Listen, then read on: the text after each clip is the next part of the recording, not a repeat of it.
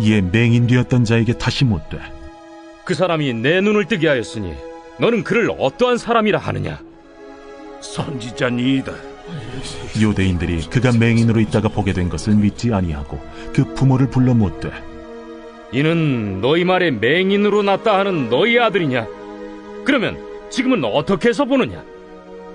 이 사람이 우리 아들인 것과 맹인으로 난 것을 아나이다. 그러나 지금 어떻게 해서 보는지 또는 누가 그 눈을 뜨게 하였는지 우리는 알지 못하나이다. 그에게 물어보소서. 그가 장성하였으니 자기 일을 말하리이다. 그 부모가 이렇게 말한 것은 이미 유대인들이 누구든지 예수를 그리스도로 시인하는 자는 출교하기로 결의하였으므로 그들을 무서워함이로라. 이러므로 그 부모가 말하기를 그가 장성하였으니 그에게 물어보소서 하였더라. 이에 그들이 맹인이었던 사람을 두 번째 불러 이르되 너는 하나님께 영광을 돌리라. 우리는 이 사람이 죄인인 줄 아노라. 그가 죄인인지 내가 알지 못하나 한 가지 아는 것은 내가 맹인으로 있다가 지금 보는 그것이니이다. 그 사람이 내게 무엇을 하였느냐? 어떻게 내 눈을 뜨게 하였느냐?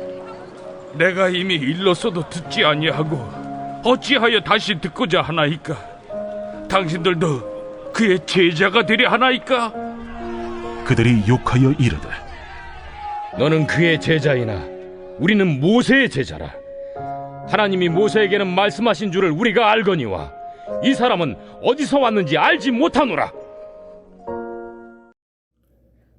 안녕하십니까. 3월 25일 수요일 말씀 묵상 시작하겠습니다. 요한복음 9장 17절부터 29절까지 말씀을 함께 읽었습니다. 어제부터 날마다 솟는 샘물이 본문을 나누고 있는 것과는 조금 다르게 진행해 가고 있습니다. 구조적인 문제라기보다는요, 분량 자체가 목요일날 너무 많은 본문을 다루도록 되어 있어가지고요, 좀 적절히 자르는 것이 좀 더 낫겠다 싶어서 어제는 원래 12절까지 되어 있던 것을 16절까지 다뤘고요, 오늘은 17절부터 29절까지 다루겠습니다. 그래서 내일 목요일에는 조금 적게 다루는 것이 좋겠다 싶어서 그렇게 나누고 있습니다.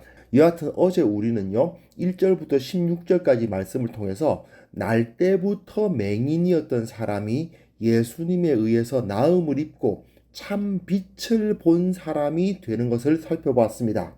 이제 이 참 빛을 본 사람, 제가 어제 말씀드렸다시피 이 사람은 그리스도인을 상징합니다. 이 사람과 대조되는 사람들이 나타나는데요, 두려워서 빛으로 나오지 못하는 사람들이 있고, 또 하나는 애써 어두움에 머물려고 노력하는 자들이 있습니다.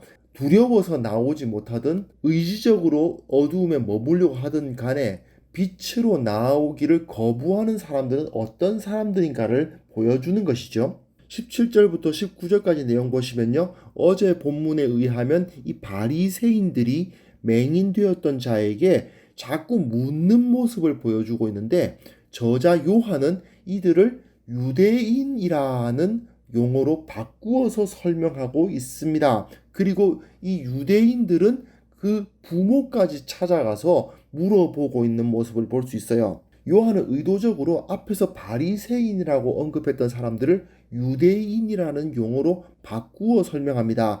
요한복음에서는 유대인이라는 표현은 예수님을 대적하는 자들을 지칭하는 전문 용어죠. 그래서 이 유대인들의 특징이 뭐냐? 안 믿는 겁니다. 그런데 문제는 뭐냐면 너무나 명백한 것을 믿지 않는다는 것이 문제입니다. 지금 자기 눈앞에 과거에 맹인이었던 사람이 눈을 뜨고 보고 있는 것을 뻔히 보고 있습니다. 그럼에도 불구하고 그 사실을 받아들일 수가 없으니까 자꾸 물어요. 다시 묻고 있어요. 눈앞에서 벌어진 일을 믿지 못하기 때문에 생기는 현상이죠. 그렇다고 해서 맹인됐던 사람이 예수님이 메시아시다라고 막 전도를 하고 다니고 있느냐? 그것도 아니에요.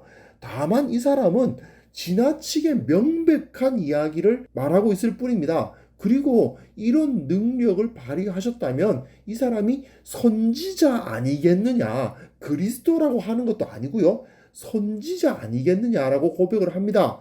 그렇죠. 적어도 하나님의 능력을 받아서 행하는 선지자 정도까지는 인정을 해야 되지 않겠는가? 그것이 합리적이지 않습니까? 그런데도 이 유대인들은 이걸 부인하기 위해서 그 부모까지 찾아갑니다. 자신들이 바라는 답을 얻기 위해서 자꾸 질문을 합니다. 그런데 너무 답이 확실한 두 가지 질문을 던지고 있어요. 첫 번째 질문은 뭐냐 하면 이 사람이 나면서부터 맹인이었던 당신들 아들이 맞냐? 두 번째는 이 사람이 어떻게 볼 수 있게 됐느냐? 이 두 가지 질문을 하고 있는 것에 대해서 20절부터 23절에서는요. 그 부모가 대답을 하는데 하나만 대답을 하고 두 번째 질문에 대해서는 대답을 하지 못하는 모습을 볼 수 있습니다. 그 사람이 우리 아들 맞다. 그리고 날 때부터 맹인이었던 것도 맞다. 그런데 지금은 보고 있는 것도 맞다. 그런데 어떻게 해서 보게 되었는지에 대해서는 우린 모르겠다. 걔한테 직접 물어봐라. 이런 이야기를 하고 있죠. 이 부모의 태도는 사실은 두려워서 진리를 인정하지 못하는 자들의 전형적인 모습입니다. 두 가지 질문에 대해서 너무나 명백한 것에 대해서는 부인할 수가 없어요. 자기 아들이 태어날 때부터 보지 못했다는 사실, 그리고 이 아이가 내 아들이라는 사실, 이건 부인할 수가 없습니다. 그러나 어떻게 해서 보게 되었는가? 예수께서 그의 눈을 띄워주셨다라는 말을 못하는 거죠. 이게 왜 그러냐?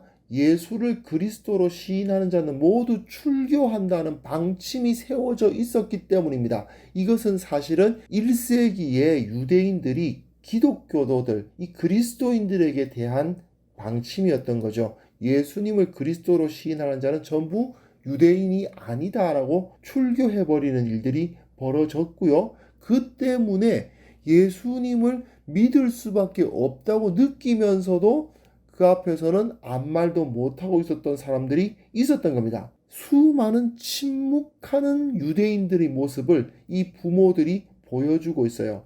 예수님께서 부활하셨다라는 사실이 전파됐을 때 그 사실을 부인할 수 없음에도 불구하고 오순절에서 성령이 임하는 그 권능 앞에서 정말 예수가 그리스도였다는 사실을 부인할 수 없음에도 불구하고 그 유대인 당국자들이 우리를 출교시키면 우리가 유대인이라는 자기 민족 정체성을 잃어버릴 수도 있고 지금까지 살아온 그 관계성을 잃어버릴 수도 있고 이후에 어떤 일이 나에게 벌어질지 알 수가 없으니까 두려워서 침묵하면서 나는 모른다.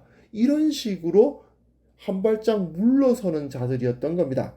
그리고 24절부터 27절에 있는 내용을 보시면요. 또 와서 물어봐요. 맹인에게 와서 물어보는데 사실은 했던 질문을 또 하고 있으니 이 맹인이 아니 왜 내가 한 말을 듣지 않고 또 묻느냐고 질문을 다시 하고 있습니다. 요한은 이 유대인들이 명백한 사실을 거부하고 있음을 고발하고 있는 거죠. 이 사람들은 예수님은 죄인이다라는 정답을 머릿속에 가지고 있어요. 그리고 그 정답을 인증하기 위해서 그 정답을 주장하기 위해서 사실까지도 부인하는 겁니다. 결국은 자기들이 원하는 답을 찾기 위해서 이 맹인이었던 사람에게 위증을 요구하는 거죠. 하지만 이 맹인이었던 사람은 확실하게 자기가 경험한 것만 말하고 있을 뿐입니다. 명백한 사실을 어떻게 부인합니까?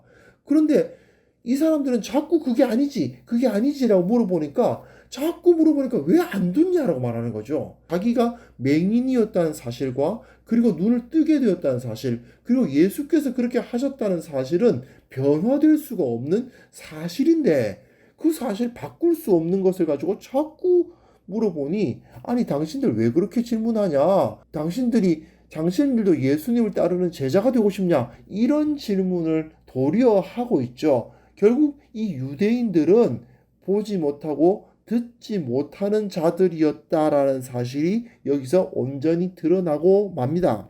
28절, 29절 보시면요. 28절에 너는 그의 제자이나 우리는 모세의 제자다. 이 말이 굉장히 중요한 말이 되고 있는데요. 이 예수의 제자냐, 모세의 제자냐 이 개념이 결국 1세기 유대인들 가운데서 그리스도인과 기존 유대인을 나누는 대표적인 표지였을 것입니다. 사실 예수님의 제자들은 모세를 무시한 적 없죠. 모세의 기록을 그대로 받아들입니다. 그러나 모세의 제자라고 주장하는 사람들은 예수님이 어디서 왔는지 모른다라고 주장을 합니다. 하나님의 선지자인지 아니면 마귀로부터 왔는지 알 수 없다, 뭐 이런 이야기인 거죠. 하지만 이 맹인되었던 사람은 어디서 왔는지 같은 건 이야기 안 하고 자기에게 일어난 명백한 사실에 대해서만 이야기하고 있었잖아요. 그런데 이 명백한 사실을 보면 당연히 하나님으로부터 왔다고 말할 수밖에 없는데, 이 명백한 사실에 대해서 눈을 감고 성경의 기록만 믿겠다라고 생각하는 이러한 태도를 갖는 것이야말로 맹인이죠. 예수님으로부터 나음을 입은 이 사람이 과연 맹인이었던가, 아니면 이 유대인들이 맹인이었던가 한 것이 명백하게 드러나고 있습니다. 요한은 유대인들이 의도적으로 어두움에 머물고 있다고 고발하고 있습니다. 누가 봐도 명백한 사실을 부인하고 있다는 거죠. 이건 당시 그리스도인들을 핍박했던 유대인들의 태도를 그대로 보여줍니다. 요한의 기록에 의하면 예수님의 부활이 얼마나 확실한 사건이었던가를 알 수가 있어요. 십자가에 달려 죽은 사람이 3일째 되는 날에 살아나서 그 무덤이 비어 있었다는 것을 부인할 수 있는 사람이 없어요. 결국 요한은 이렇게 설명하고 있는 겁니다. 그리스도인이 뭐 대단한 사람인 것 같으냐? 그게 아니다. 그냥 눈앞에 펼쳐진 부인할 수 없는 사실을 그대로 사실이라고 믿은 사람들일 뿐이다, 이겁니다. 이게 그리스도인의 정체성이라는 거죠. 그러나 그리스도인을 핍박하는 유대인들은 자기 눈앞에 펼쳐져 있는 명백한 사실임에도 불구하고 그걸 부인하고 자기 마음대로 정한 마음속의 정답에 사실을 왜곡하여 끼워 맞추는 자들이다, 이겁니다. 이게 바로 요한이 말하고 있는 예수의 제자와 모세의 제자의 차이인 거죠. 우리는 이 사실을 확실하게 붙들어야 합니다. 예수님은 하나님의 아들이시고 십자가를 지신 후에 부활하셨을 뿐 아니라 승천하시고 지금도 살아계셔서 성령님을 우리 가운데 보내사 지금도 통치하고 계십니다. 이것은요, 명백한 사실입니다. 그러나 사람의 이성으로 생각해 보면요, 이건 절대로 사실일 수가 없지요. 이성적으로 생각해 보세요. 사람이 죽었다가 다시 살아난다고요? 승천한다고요? 그리고 지금도 세상을 통치하고 있다고요? 이걸 믿는다는 것 자체가 말도 안 되지 않습니까? 그런데요, 이것을 믿는 사람의 숫자는 이 지구상에 21억 명입니다. 최초로 부활하신 예수님을 목격한 그 수백 명의 사람들이 있었습니다. 그 사람들은 분명히 자기 두 눈으로 부활하신 예수님을 보았고 어떤 이는 직접 손으로 만져보기까지 했습니다. 그들은 예수님이 다시 살아나셨다고 말할 수밖에 없었어요.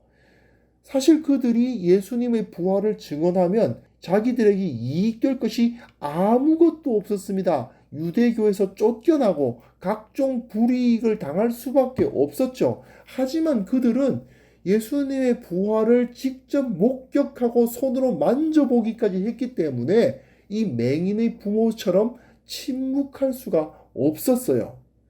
왜? 너무나 명백한 사실이었으니까. 자기가 직접 봤거든. 내 눈으로 똑똑히 봤거든. 그걸 증언하지 않을 수가 없었던 거예요. 아무리 핍박을 하고 아무리 사회적 불이익을 당해도 내 눈으로 봤는데, 내 손으로 만졌는데 어떻게 그것을 아니라고 말할 수가 있습니까?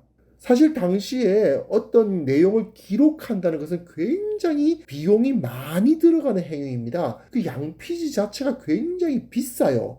그럼에도 불구하고 거기에 기록하기까지 했죠. 왜 그렇게 했을까요? 사실이니까.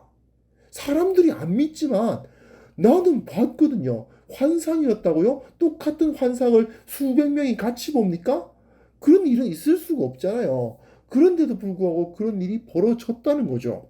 예수님의 부활은 2000년 전에 일어난 일이지만 우리는 이 사실을 믿지 않을 수가 없는 것입니다. 예수님께서 우리 죄를 위하여 죽으시고 부활하셔서 지금도 이 땅을 통치하고 계신다는 이 구원의 진리, 이것에서 우리는 단 한 발자국도 벗어날 수 없습니다. 이 세상 그 어디에서도 인간 역사상 유일하게 일어난 이 예수님의 부활과 승천에 의해서 지금도 이 세상은 미국이 다스리는 것 같고 러시아가 다스리는 것 같고 중국이 다스리는 것 같지만 사실은 하나님께서 다스리고 계시고 지금도 하나님의 나라는 이 세상 가운데 선포되고 확장되고 있습니다. 이것을 확신하는 우리 모두가 되어야 되겠습니다. 우리는요, 대한민국에서 태어나서 대한민국 사람일지 모르지만 사실은 대한민국 국민이기 이전에 하나님 나라의 시민이라는 사실을 온전히 깨닫고 내가 무엇을 위해서 살 것인가? 하나님의 나라와 그 의를 위해서 사는 사람이 되어야 합니다. 그랬을 때에 우리 주님께서 이 대한민국 정권이 우리에게 베풀어 줄 수 있는 것보다 훨씬 더 크고 훨씬 더 강력하고 훨씬 더 확실한 복을 우리에게 내려주신다는 사실을 믿고 오늘 하루도 당당히 살아나가는 귀한 성도님들 되실 수 있기를 바랍니다. 하나님 아버지, 우리가 이 복음을 확신하고 살아가게 하여 주시옵소서. 지금도 우리 주님께서 다스리고 계시며 살아계신 하나님께서 내 곁에 계셔서 나의 모든 필요와 나의 모든 어려움을 하감하고 계시며 또한 나에게 그 길을 밝혀주셔서 어디로 가야 할지를 알려주고 계신다는 사실을 확신하며 기뻐하며 이 세상 살아가게 하여 주시옵소서. 하나님 아버지, 우리 가운데 고통당하는 자들이 있습니까? 여러 가지 어려움 가운데서도 주님께서 이기게 하시는 그 능력으로서 이기게 하시고 또한 이 세상이 여러 가지 역병과 또한 경제적 문제 때문에 혼란 가운데 있지만 그러나 그 가운데에서 주님께서 빛을 비추사 진정한 인간의 삶의 목적이 무엇인지를 알게 하시고 그것을 통해서 우리가 참된 가치를 찾고 참된 기쁨 가운데서 살아가는 자들 되게 하여 주옵소서. 예수 그리스도의 이름으로 기도합니다. 아멘.